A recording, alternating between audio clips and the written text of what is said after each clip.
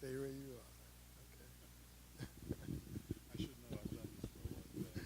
All right, everyone. We're here now again at the Central Park Tennis Open, and I'm here now with Mr. Glenn Gilliam. Mr. Gilliam has been very active, involved with creating a history that we don't have in relationship to some of the tennis greats, and particularly Althea Gibson. And his promotions have been adequately portraying a real understanding of the life and the great works of Althea Gibson and many others. Let's talk a little bit about the ATA. Sure.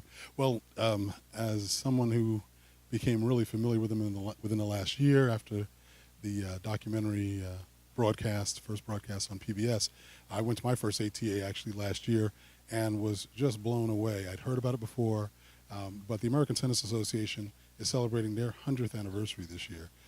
Founded in 1917, the first African-American founded sports organization, preceding the Negro Leagues and the Golden Glory Motorsports. So really an unprecedented accomplishment, a milestone that we just don't get to celebrate that often.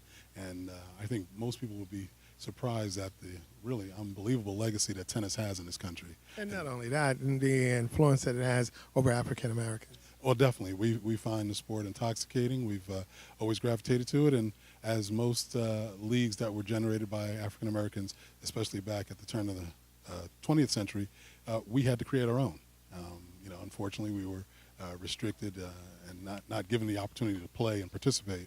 And as we were talking about earlier, that extended to the business side of the sports as well, where the hospitality industry, the restaurant industry, all those things were created around this circuit of sports teams and organizations that had to play throughout the country. And looking at it from the aspects of, again, an untold story, because, athletes like Althea Gibson and Arthur Ashe really put in a lot more than just the fame and the fortune that they actually received. And in many cases, there was no fortune. And a lot of the work that really was contributed is undocumented. The activity that you now have been able to create is going to really go beyond the curtain, to say the least. We're really going to get a true story. The dynamics of it is daunting. How have you been able to research and get what really is the truth about those stories that we don't hear? Well, let me give all credit, needless to say, to the filmmaker, Rex Miller, who's based out of Durham, North Carolina, and he has done a number of documentaries prior to the story about Althea, but he won the Grand Jury Prize at the American Black Film Festival in 2015, and that's where I came into contact with him and told him about my history with documentaries in particular, and decided to partner in terms of just trying to give it as much exposure as possible.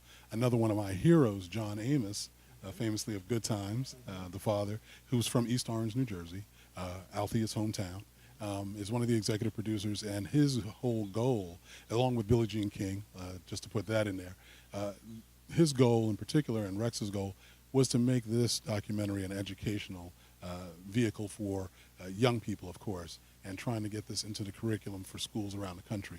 And it's just because it's a story, unfortunately, like Hidden Figures, in exploiting the fact that there really hasn't been a lot of history told about these unsung heroes.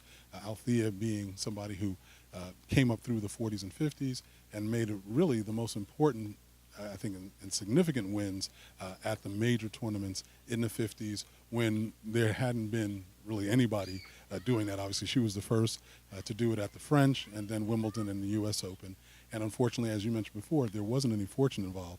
These were amateur players. There wasn't a pro circuit at the time.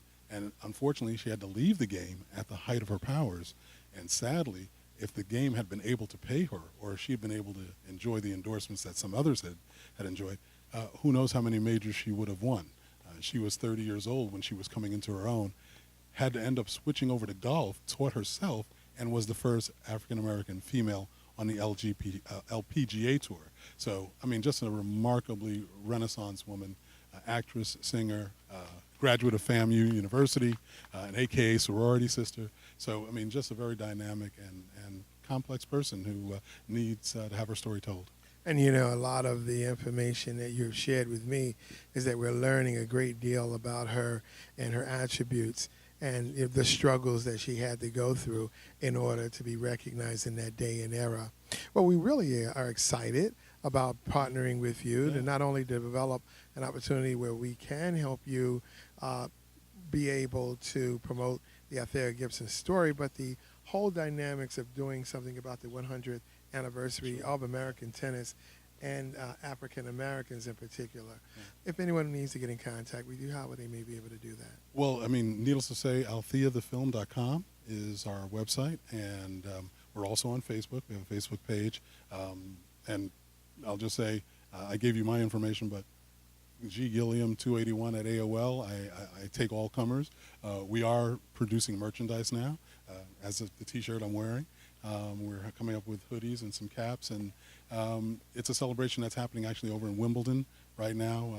The filmmaker is over there at this point, and he is talking to folks about doing an official kind of commemoration, but also taking stock footage for the upcoming Arthur Ashe documentary that's going to be airing in 2018 to celebrate his 50th anniversary of his major victory at the first U.S. Open in 1968.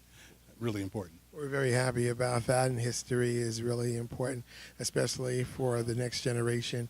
We're going to be looking forward to working with you because our whole involvement is to celebrate the development of positive literacy in our community, and I think you have that product. No, that's huge, and I definitely want to commend you, Herb, and what Dale Caldwell, what you guys are doing here with the GTA. The WCP, extremely valuable and important. As we know, these stories go untold. More importantly, the real essence of education and a foundation for young people is not being served well by our present school system. So any opportunity to foster literacy, to foster furthering their education, giving them an opportunity for possible college scholarships, all those things are vital. And it's critical that local grassroots organizations like your own is putting that work forward. And any way we can support and be of help, we will do it. Well, thank you very much. Thank you. Thanks so much, Art. Thank you, Appreciate it. man.